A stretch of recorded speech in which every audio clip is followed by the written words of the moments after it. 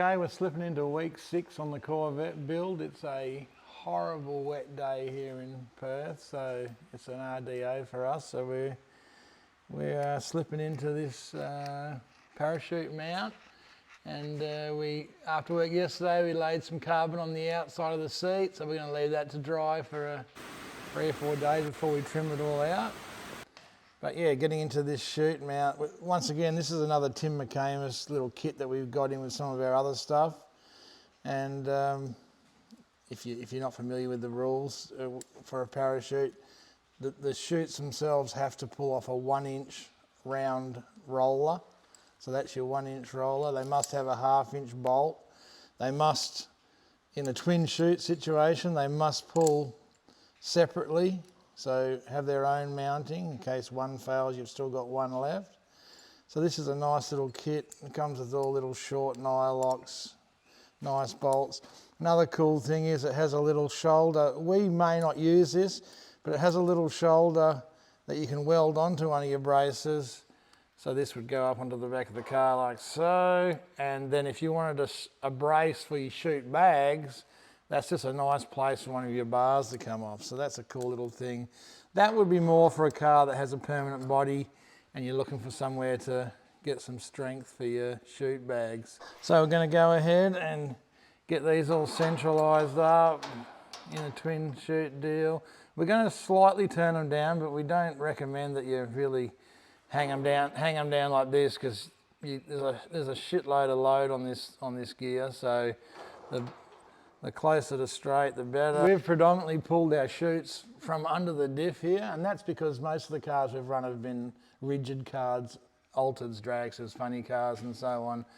So there is no structure like this. So as we've moved into the sedans, our Tirana pulled from the diff, and the downside we find from that is that's more of a leverage point, and we find the back wheels coming off the ground in the chutes. So when you're pulling from here, you're compressing on the suspension and you're controlling the rear of the car a little better. So you can do it either way. That's definitely a strong and good place to do it from, but we're deciding to go from here just to try and settle the rear of the car in the braking area. They're all nicely scalloped out, so instead of a flat plate if you had a flat plate on there, you're going to get 1 inch of weld. With this type of deal, you get 2 inches, so super strong, all moly plate.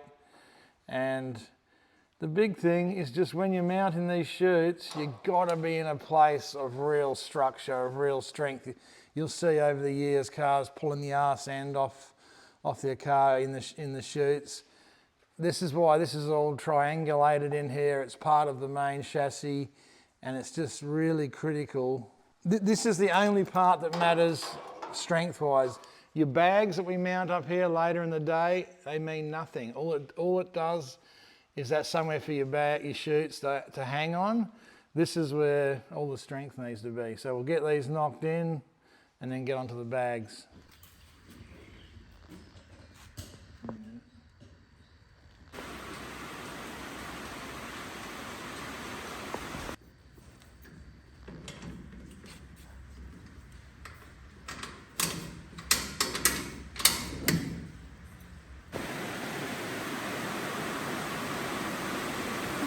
We're just about to get into mounting these chute bags, but sometimes if you need a little bit of inspiration for the project, you slap it all together, get it outside of the shop and just have a little walk around, just bask in the glory of all the good work that you've done. So we've even got the big 18-inch race stars on there, stretching the shit out of those 17-inch Hoosiers. So we wanted to make sure they clear all the guards and everything, so they're looking killer.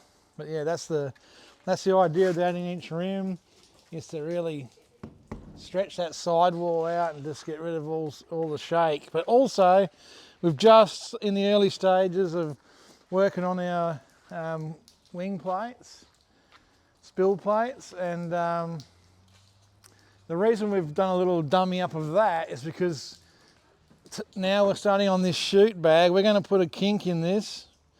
We're going to have a kink right in the middle. So we want to work out how far the bag's going to come back out, what angle we run these chutes at. So we want the car down on the ground and just sitting actually at race ready, just so we can work out how the angle of these bags is going to look. So that's what we're up to.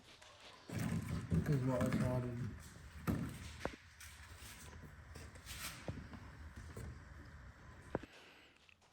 Righto, onto this bag mount. So this is the McCamus kit that we bought, and that's all the pieces and parts that came with it. So this deal is designed for, say, a Camaro. See how much bar work, cross braces.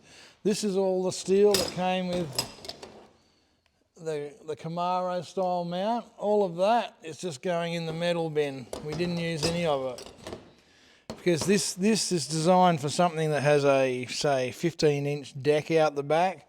So they've got to get the chutes from the chassis all the way out and clear the deck. So that's not what we're doing. So we just grabbed a few parts that we needed. Connor's knocked up this beauty of a little turnout. See, we put a bit of a turn in it.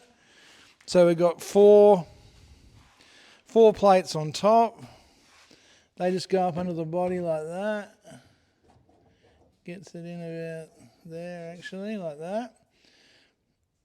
And that's our bag mount. We've got all doubler plates that go on the back of there, all doubler plates for the top, and that's how she's going to sit, like that. These lower ones, if you remember from previous video, we fiberglassed some little braces. One that way, another one. So those braces in behind, they go straight to the chassis with little cleavances on them. They get removed when we lift the body off. So them bars are going straight. These bars here are going straight into like these steel plates on the back. So that's way strong enough. Job done. Bing, bang, boom.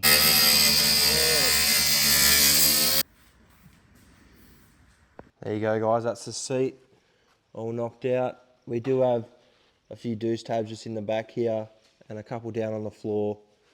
But for the purpose of getting it in there and starting to move on to pedals and steering and stuff like that, just the two for now will do.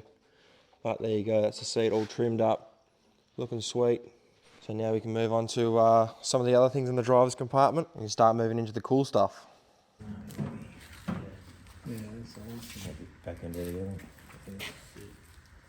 All right, so Coles, he's just dropped over. He's in the halfway through putting the oil and fuel tanks together for us.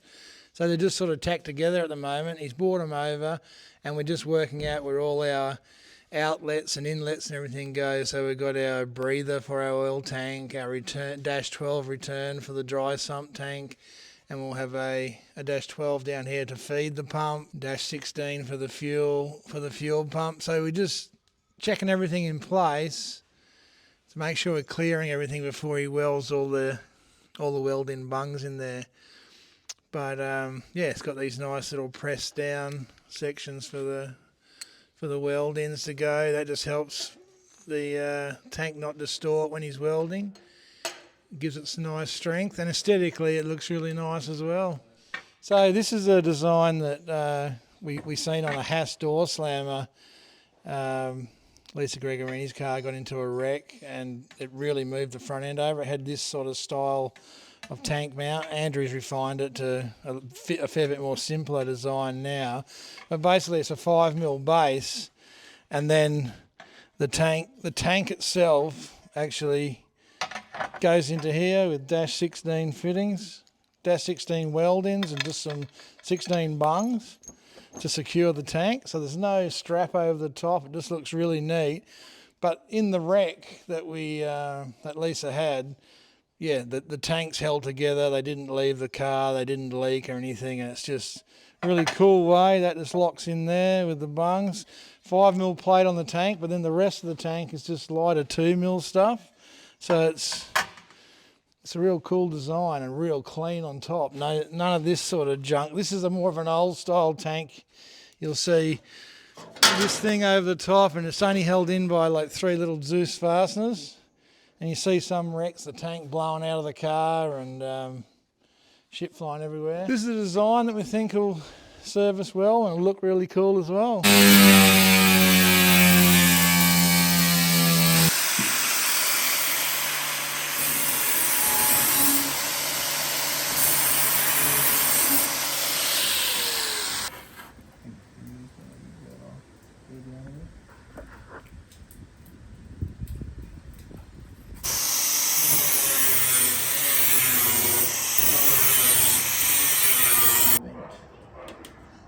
Wait.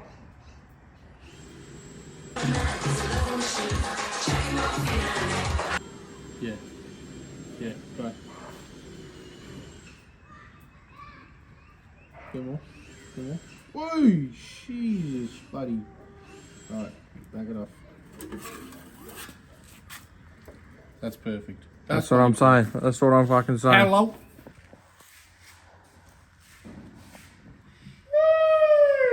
That's why I'm on the big bucks, mate. Alright, so we got the Tim pedal kit starting to get mocked up in the driver's seat. When you get the kit off of Tim, you just get the pedal and then you get this little piece of chromoly here that you weld the base of the pedal to. So at the moment we're just getting it all mocked up in there, and then so that we can sit in the car, decide where feels comfortable, and if the position that Tim sends as standard is pretty good, we'll just go with that. But yeah, just starting to mock that up now. Brake pedal in place. That's all pre-welded by Tim. We also had to make sure our brake master cylinder, which is going to sit out the front here, all lined up. Happy with where all this is. So thinking about a lot of stuff before we go ahead and just blow the pedal on, and then end up figuring out that none of it lines up and we're up shit creek. So that's going to be like that. So we'll tack that on now and see how we go. That bit of pipes for a non-adjustable one. Upgraded braking.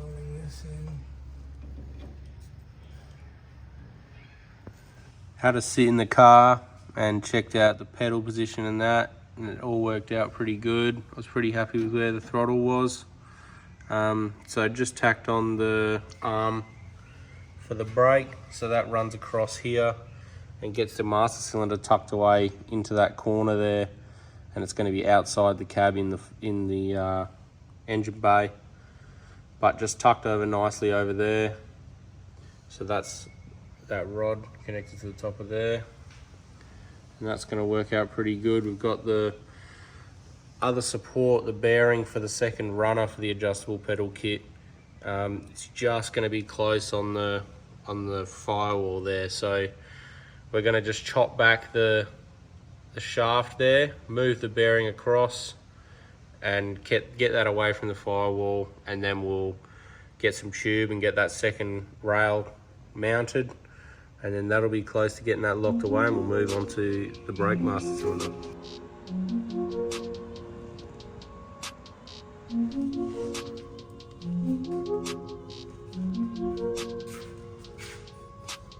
Weld it out with Marshall.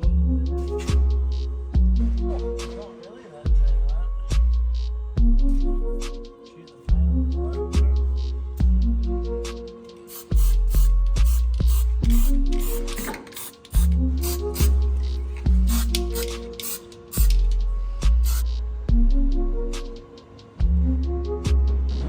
What talking's actually going on? You can just have this overlay. Alright, we're loading this McCamus pedal kit up for the final time, and it's just beautiful, beautiful gear, all chrome moly. Nice Torrington bearing in there. It's just real quality stuff. Right down to the rails that they supply you to weld on here. They've got all bevels cut into them, so you don't have to go adjusting anything. The guy really thinks about, I guess after that many years of building cars, he just thinks of everything. It's just such a nice fit. Everything rolls on those Torrington bearings.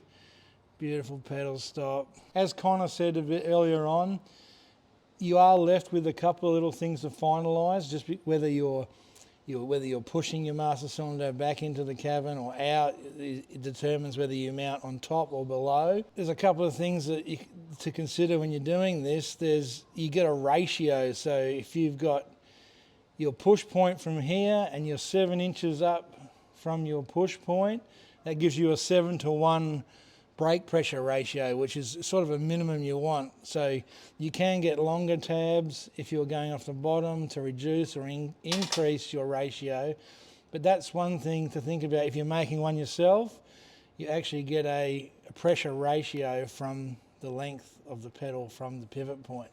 But we're really happy with this kit. Like, it's quite expensive, and we have built our own brake kits before, our own pedal kits before, but something as nice as this, I mean, it was probably more expensive than a Banchong Bali holiday. It cost us about, by the time we landed here, it cost us about $1,500. But we're building this car to a very high standard. It's a vanishing point car with McCamus body, but we virtually got into the Tim McCamus website and just went add to cart, add to cart, add to cart, because this stuff is so nice, and we want to build this car to such a high standard that pretty much his stuff we find is just unbelievable. Even down to the hardware, it's got all the small nuts. If you're blind like me, you can't even find these nuts to get them on, but they're all super lightweight. Everything's chrome moly. Everything fits together so nice. Even down to the main rail here, where it bolts onto the round bar, it's all filleted out. So when you go to weld it on, it laps over the bar. It's just he thinks of everything. And the adjustable throttle stop, so you're not smashing through your cables and everything. There's so many adjustments here on the. We're running a Morse cable type deal on this thing, so if you want to alter your cable at all, you can go higher or lower to get more throw on it. It also comes with this nice plate for the cable to mount, whether you go inside or outside. That gives you heaps of adjustment for your Morse cable there. So yeah, it's just a really good deal. There's also an auxiliary thing that comes with this, which is the master cylinder mount kit, which is another little spin-off from this pedal kit that we're about to start mounting the master cylinder now. That's got some little gear that comes off the chassis here. We'll go into more details than that tomorrow when we get onto that. But yeah, that's her in there, another job done. That pile of McCamus, as quick as that McCamus stuff comes into the shed, we're getting it welded onto the car and moving through stuff. All right, Colesy sorted me out with some nice wicker plates for the back of this wing. He slotted the holes nicely. And that's gonna, the lowest position there is gonna give us just a 4mm, so the minimum wicker you'd ever run, the minimum amount of drag, right up to like 35mm for when you're on a goat track or doing 1/8 mile stuff where you're looking for the most early on. But the guy's even made me up a template that I can put over the edge of the back of the car here. He's pre-drilled the holes for me. So he obviously thinks I'm a bit of an idiot, but nah, he looks after me, old Colesy. So yeah, that's my template. We're drilling through there now. And we've got little nutserts, little M6 nutserts. We're just drilling holes. This back edge is actually quite thick, so the nutserts hold on awesome. And going to get them all loaded in there now, and that's going to be rock up at the track. You can crack them, go from 3mm to 30mm wicker in 5 minutes flat. We just started, well, I just started to weld the bracket for the master cylinder to go onto. So we had to make a little alteration to how Tim's one was. We just cut a bit off the bottom, welded it onto the side so that we can come off that engine plate bar to come out sideways here. And the way we've done it to make sure that we get the plate in the exact right spot is we've got the bar that we're going to be pushing the master cylinder with, and Dad set it up on a piece of pipe here to make sure that we have a flat bar and a straight bar from the top so that it's not off to one side, putting pressure on the master cylinder in the wrong way. We only want to be pushing through the master cylinder, so that makes sure when we tack it on, it stays in the right spot, and as we're welding it, it stays in the right spot, and it doesn't go walking about. Then we'll put our rear brace on to hold the back of the master cylinder to stop it from bending the bracket off. So you might say that's got not enough bracing on it, but The Tim kit comes with a rear brace that stops it from bending that off. So we'll get this welded out, get the master cylinder on there and in place, finish this bar off, and then we'll see how it goes. It should look pretty cool. Add a little bit. Okay, we've got the spill plates and wicker all knocked out. Pretty chuffed with how it's all come out. I mean, we really wanted to, we didn't want it to come up too high here because we wanted to keep the identity of the car, so we didn't want to cover up this window and everything, but still wanted to be driving heaps of air onto the deck. So that's what we've come up with there. Really happy with that. And we've come up to about 35mm spill plate in the back section there. And these barge boards, we always run a bit of a board out past the back of the car, and we just think over the years that we've been running, it just stops that low pressure swirl of air in behind where the chutes are. So we've always run it. You can go really big, but at the same time trying to keep the identity of the car and just having these nice little cheeks. Nice. Showing out the back there, that just really highlights the shape of her. That's a little tail light in there and a little chrome moulding, so there will be airbrushed in to look really cool. As we were saying before, the wicker plates all fully adjustable. That'll have nice little cap screw Allen keys in there, can be moved around. The chutes, they do recommend that you put the chutes at around about 30 degrees. We just put it where we thought it looked good. Just checked it then, came up at 35 degrees. But all in all, that's the body pretty much finished now. We can put that over in the corner. The one thing we will have to add is just a little, we'll tie it into this bolt here. We'll have a little bar coming out here just to support the edge of this wing. We're going to actually bond these on so there's no screws. We're going to use like a panel bond that they use on the truck bodies and everything. So that's going to be all flush. Just full up the sponsors and stuff.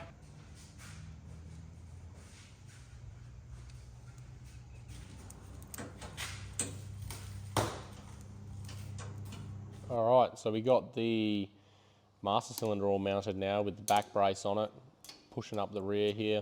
Pretty cool deal that Tim does. These Chrysler master cylinders come with a dent in the back of them. So a cool little thing Tim does for the adjustment of this, and so that you can keep it nice and tight, is he uses all aircraft grade bolts, and he's machined it down in the kit that he sells for this brake master cylinder, and that pokes right up that hole in the back of this Chrysler master cylinder to keep it centered, and that's a good point to keep the master cylinder stable when one of us are pushing on this, wanting to get this thing stopped. That keeps the master cylinder in there nicely. So we've got the rod that goes through the firewall here to the master cylinder, all hooked up, working as it should. So that's pretty good. Kept it nice and straight through there. And the placement of the master cylinder has worked out really nicely for where our tin's going to come through. So that rubber there will be just poking up against the tin. So that'll keep our firewall all nice and sealed where that's coming through. We'll also have another cable coming through here for the throttle. So that'll come through there with a nice small hole straight through to the throttle pedal. So that's all come out really nice, really firm, solid, moves the whole car. So that's what you like to see with the brake pedal.